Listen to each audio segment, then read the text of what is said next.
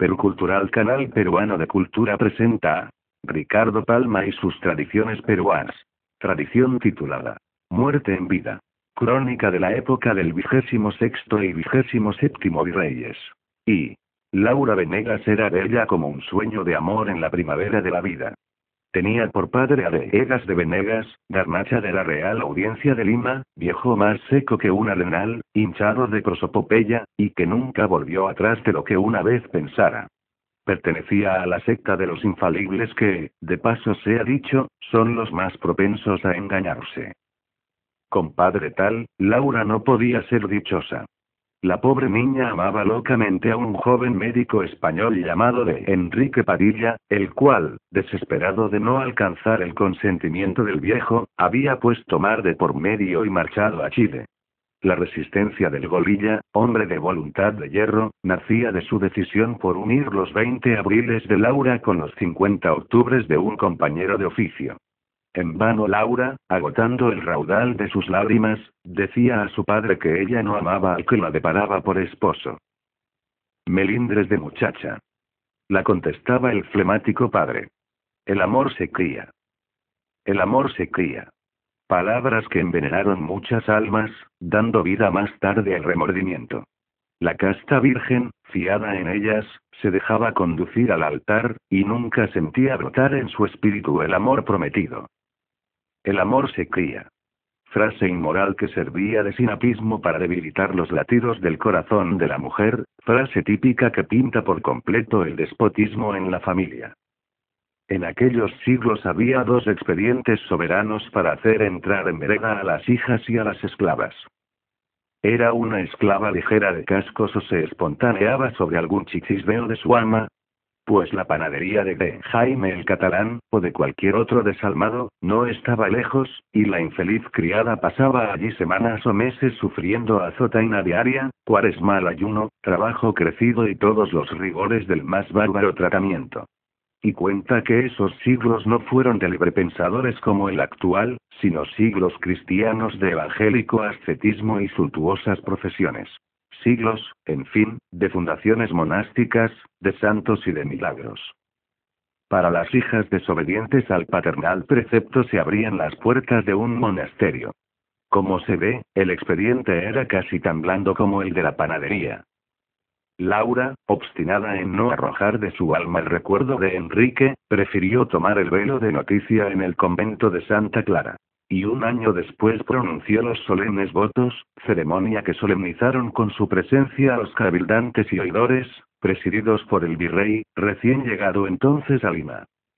Y de Carmine Nicolás Caracciolo, grande de España, príncipe de Santo Buono, duque de Castel de Sangro, marqués de Buchiánico, conde de Schiavi, de Santo Vido y de Capracota, barón de Monteferrato, señor de Nalbelti, fray Nenéfrica, Gradinarca y Castelnuovo, recibió el mando del Perú de manos del obispo de La Plata de fray Diego Morcillo Rubia de Auñón, que había sido virrey interino desde el 15 de agosto hasta el 3 de octubre de 1716.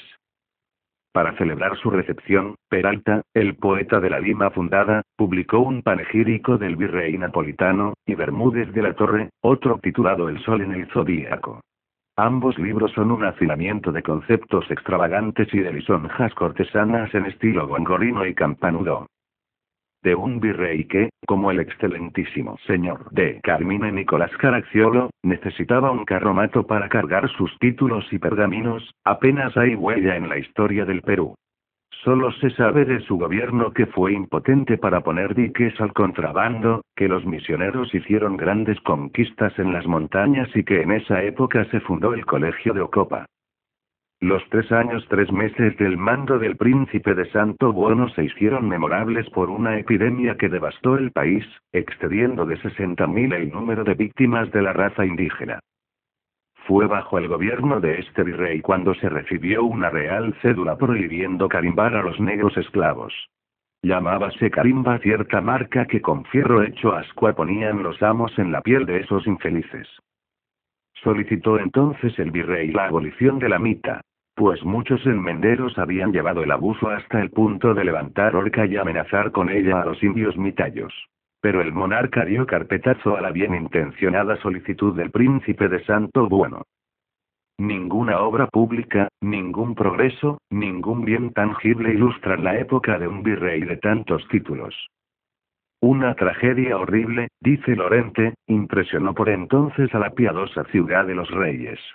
Encontróse ahorcado de una ventana a un infeliz chileno, y en su habitación una especie de testamento, hecho la víspera del suicidio, en el que dejaba su alma al diablo si conseguía dar muerte a su mujer y a un fraile de quien ésta era barragana. 5 días después fueron hallados en un callejón los cadáveres putrefactos de la adúltera y de su cómplice.